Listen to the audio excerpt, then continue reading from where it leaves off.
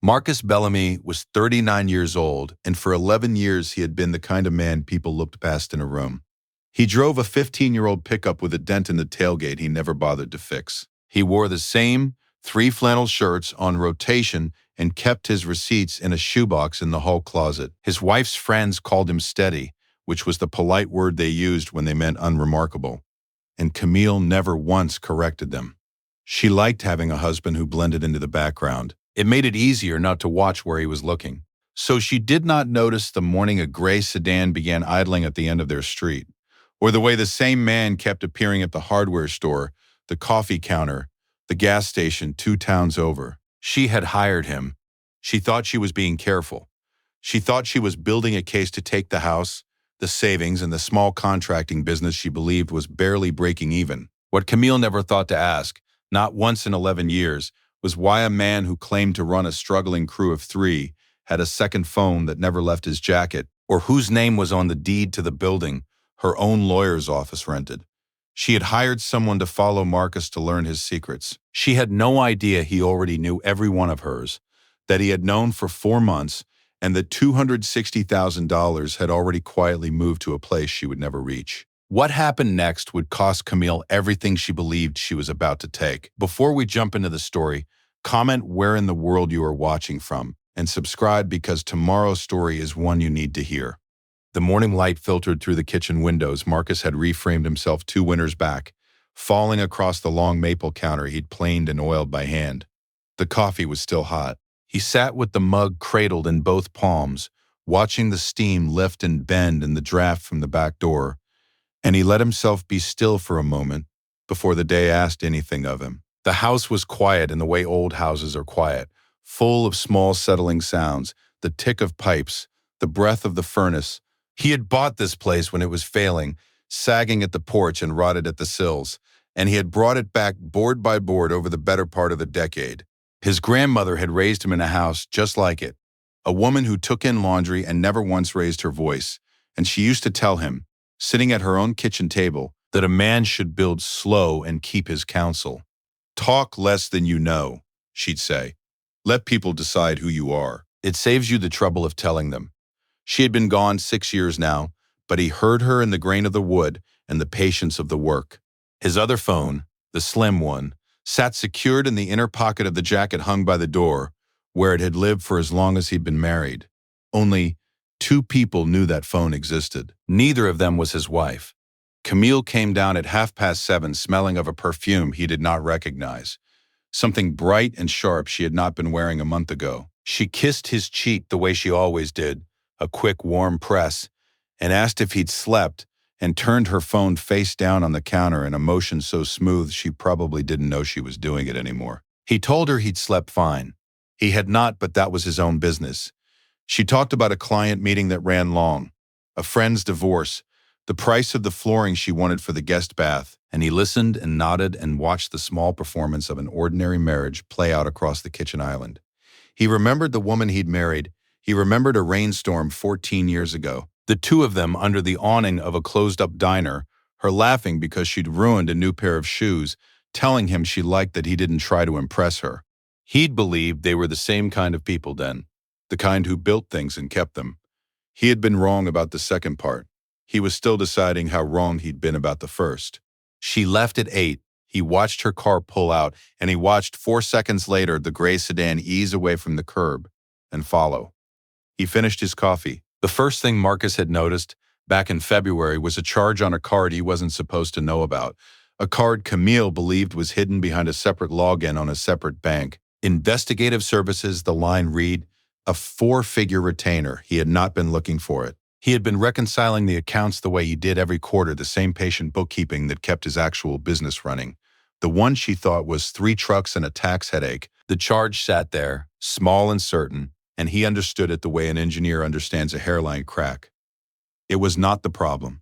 It was the sign of the problem. So he went looking for the rest. He did not confront her. He did not ask. He simply opened the books all the way and read. What he found was not an affair, though there was one of those too, a man named Devin who managed a mid-tier real estate office and drove a leased German sedan he could not afford. What he found was a plan. Camille had spent the better part of a year preparing to leave him in a way designed to take everything she imagined he had. She had photographed documents, she had made copies of statements from the joint accounts, she had quietly consulted two attorneys, comparing strategies, and she had hired a man to follow Marcus because she suspected correctly that her husband was not telling her the whole truth about money and she wanted leverage before she filed.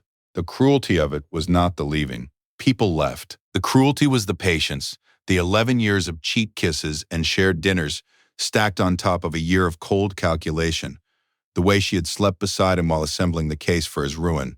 His hands didn't shake. He photographed every screen. He forwarded what needed forwarding to an address only he could reach. He downloaded 18 months of statements and built a timeline in a spreadsheet, dates in one column, amounts in another, and he watched the pattern emerge the way fog burns off a job site at dawn. $31,000 moved into an account in her name alone, in increments small enough to look like ordinary spending. 2 consultations with a forensic-minded divorce attorney. A storage unit rented in a town 40 minutes away, paid in cash, that he would later learn held copies of every financial document she'd been able to find. She had been building this for 14 months. He had noticed it in 4. The math of that gap was the only comfort he allowed himself. He sat with the cold mug a long while after. Then he opened a new folder on his laptop and named it simply February. He picked up the slim phone from his jacket and made one call. "Go ahead and start the file," he said softly. "All of it. I'll come in Thursday." He hung up, and he washed the mug, and he set it in the rack to dry, because the day still asked the ordinary things of him, and he intended to keep giving them. Patricia Vance had been his attorney for 9 years, since before the marriage, and her office occupied the 3rd floor of a renovated brick building downtown that she did not know Marcus owned, through a holding company until the day he told her. And even she had been quiet for a moment after. She was 61, silver-haired, sharp as a chisel, and she did not flinch at anything anymore. She spread his timeline across the conference table and read it the way a surgeon reads a chart. When she finished, she took off her glasses and looked at him. She built a case to take a business she thinks earns $90,000 a year. Patricia said, "She has no idea the business is a subsidiary. She has no idea about the property. She doesn't know your real number, and because she doesn't know it, every document she's gathered proves nothing except her own intent." She tapped the page. "You did the hard part already. You documented before you reacted. Most men come to me after they burned it down. You came to me with the blueprints." She slid the timeline back toward him. "You're not the one in trouble here, Marcus. Let's make sure she understands it in the right room, at the right time, with the right people watching." 2 days later, he drove out to see his Uncle Lemuel, his grandmother's younger brother, 81 now and still keeping bees on a half-acre outside the county line. They sat on the back steps with the hives humming in the heat, and Marcus told him most of it. Lem listened the way the old man listened to everything, slowly turning a piece of honeycomb over in his fingers. When Marcus finished, Lem said the thing Marcus had driven out there to hear without knowing it. "Your grandmother used to say the loudest thing a man can do is nothing when everybody's waiting on him to break." He set the comb down. "You don't owe that woman your anger. Anger's just a bill you keep paying on a debt that ain't yours." Then he told Marcus something he hadn't known. That Devin, the man in the leased sedan, was the same Devin who'd run a property scheme 3 years back that cost a deacon at Lem's old church his retirement, and that there were people in this county who would very much like to know where that man surfaced again. That tip became C&C, though Marcus didn't think of it in those terms. Patricia's investigator, a quiet former auditor named Gloria, pulled the thread. Devin's real estate office had a pattern: inflated appraisals, a forged signature on a closing document from 2 years back, 2 clients who'd lost earnest money to a holding account that closed the same week it opened. None of it touched Camille directly. All of it touched the man she tied her future to. Gloria laid it out in a folder with the calm precision of someone who had spent 30 years finding the lies inside ledgers. And when Marcus read it, he understood that Camille had not only chosen to betray him, she had chosen to do it while standing on ground that was already giving way beneath her. That night, he went home and ate the dinner his wife had made and asked about the guest bath flooring and told her it sounded fine, whatever she thought was best. She smiled and touched his arm and said he was easy to be married to. He agreed that he tried to be. He did not raise his voice. he did not change his face. He helped her carry the dishes to the sink, and he dried while she washed. And the gray sedan's man wrote in his report that night that the subject appeared to suspect nothing and was, in the investigator's professional opinion, exactly what his wife had described: a simple man with simpler finances. Marcus read that report 11 hours later. It was the only part of the entire affair that made him almost smile. 3 weeks passed. By the time Patricia sent the letter, everything was in place. The room she chose was a mediation suite in her own building, ostensibly neutral, a long table and good light, and a pitcher of water nobody touched. Camille arrived expecting a preliminary negotiation, her own attorney beside her, Devin waiting somewhere she thought was discreet. She did not expect Patricia. She did not expect Gloria. She did not expect the 2 folders already squared on the table, or the third party from the state real estate board who had asked very politely to sit in. Marcus let Patricia open. Then he laid the papers out himself, one at a time, the way his grandmother had laid out cards for solitaire on slow afternoons. The deed to the building, the holding company filings, the subsidiary structure that turned a $90,000 contractor into the quiet owner of 9 commercial properties, and a balance sheet Camille's lawyer read twice before he set it down and stopped speaking. Then the timeline, the retainer for the man in the gray sedan, the storage unit, the 31,000 moved in increments. He did not narrate it as an accusation. He narrated as a record. Her face changed in stages the way a structure fails, slow, and then all at once. "You spent a year learning what I was worth," Marcus said, his voice level, "and you never once thought to actually find out." He set down the last folder, the one with Devin's name on it. "You hired a man to find my secrets. He found a flannel shirt and a dented truck, because that's all I let him find. But the man you were doing all this for," he slid the folder toward her lawyer, "not her. He didn't hide his nearly as well."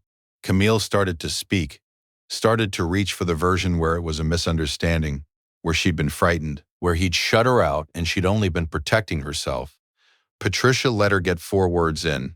Then it was Camille's own attorney who stopped her, quietly, with a hand on her arm, because he had just understood that his client had built her entire position on the assumption of a man who did not exist, and that the real one was holding every card and had been the whole time.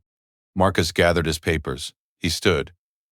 "I'm not angry, Camille," he said. "I'm clear. Those are different things, and it took me a long time to learn the difference." He buttoned his jacket, the plain one, the slim phone in the inner pocket exactly where it had always been. "Patricia has the rest. You won't be taking the house. You won't be taking the business. And the man you were taking it for is going to have his own room to sit in soon, with people asking him their own questions." He walked to the door and he did not look back. The room stayed silent behind him, the table covered in the paperwork that mapped, line by patient line, the precise shape of everything she had lost. 8 months had passed like water.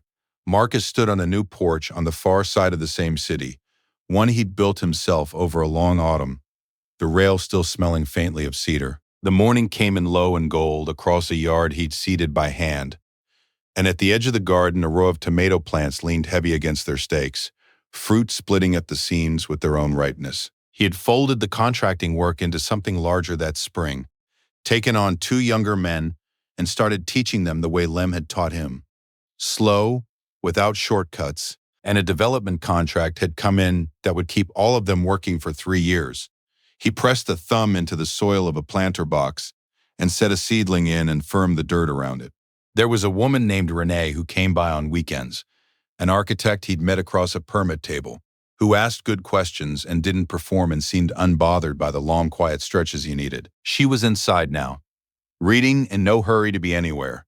The relationship was real in the way real things are, without announcement. He did not need it to be more than it was. He heard the rest in pieces, the way you hear weather from another county. Camille had moved into an apartment across the river and taken an administrative job at a clinic, a long step down from the life she'd been measuring. Her own mother, he was told, had stopped returning her calls after learning how it had all been built. Devin had relocated to a smaller city ahead of the questions the state board kept asking, and the questions, by all accounts, had followed him there. Marcus registered each of these the way he registered a finished invoice. Then he set it down and went back to the work in front of him. He pressed the last seedling into its place, and sat back on his heels and looked at the morning a while. The same kind of quiet morning that had opened all those years he'd spent building a life around a person who had only been measuring it for resale. He felt no triumph. He felt the thing his grandmother had been pointing at the whole time, the thing that cost nothing to keep and could not be taken in any room by any lawyer. Some things were worth the patience to build right, and the rest he had finally learned you simply let go of, slow, like fog off a job site at dawn. I hope you enjoyed that one. Be sure to like the video and subscribe so you don't miss the next story. I've picked out 2 more for you that I think you'll really like.